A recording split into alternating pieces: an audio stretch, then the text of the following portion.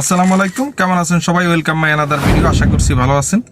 আমি আপনাদের দয়ায় ভালো আছি। আপনারা আমার কাছে অনেক প্রশ্ন করতেছেন, ভাই ভিসা ট্রান্সফারের কি অবস্থা? তো দুবাইতে এই মুহূর্তে ভিসা যে ট্রান্সফার, যে হাই প্রফেশনাল বলেন, লেবার বলেন, বা লো কোয়ালিটি যেটা বলেন, সেটা থেকে ধরে হাই প্রফেশনাল পর্যন্ত এই ভিসাগুলা আসলে ট্রান্সফার হয় কিনা এই বিষয়ে আমাদেরকে একটু জানাবেন।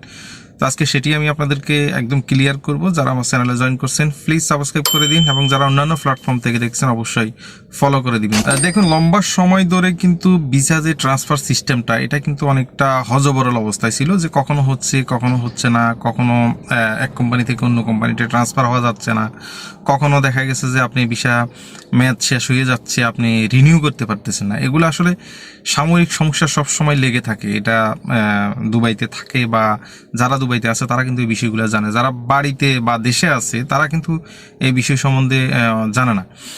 তো এখন মেইন কথা হচ্ছে যে এই মুহূর্তে যে পরিস্থিতিটা, এটাকে যদি আপনি মনে করেন যে পুরোপুরি ভিসা ট্রান্সফার চালু হয়ে গেছে, বিষয়টা এরকম না। তবে ভিসা ট্রান্সফার এই মুহূর্তে চালু আছে, ভিসা ট্রান্সফার হচ্ছে এই মুহূর্তে। আপনি high professional to high professional visa transfer হচ্ছে, ওয়ার্কার ভিসা ট্রান্সফার হচ্ছে, আদার্স অন্যান্য আরও যে ভিসাগুলো আছে সব ভিসা কিন্তু এখন ট্রান্সফার হচ্ছে।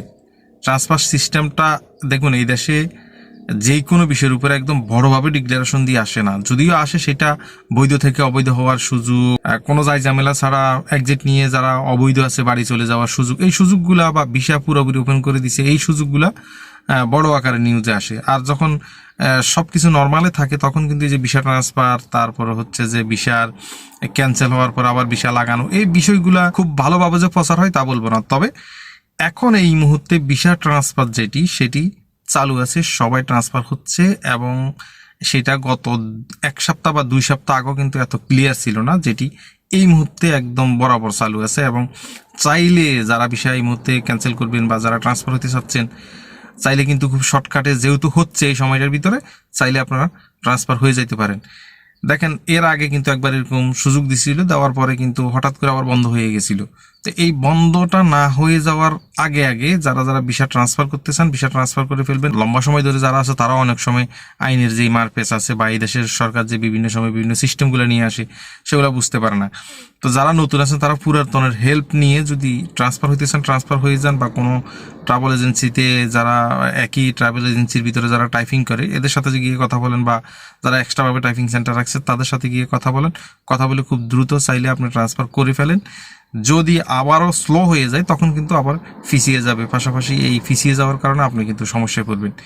এই হচ্ছে এই মুহূর্তে ট্রান্সফারের অবস্থা। ভিসা ট্রান্সফার এই মুহূর্তে এই অবস্থায় আছে, যে যেখানে আছেন যেভাবে আছেন দ্রুত ভিসা ট্রান্সফার করে ফেলেন, এবং ভিসা ট্রান্সফার হচ্ছে।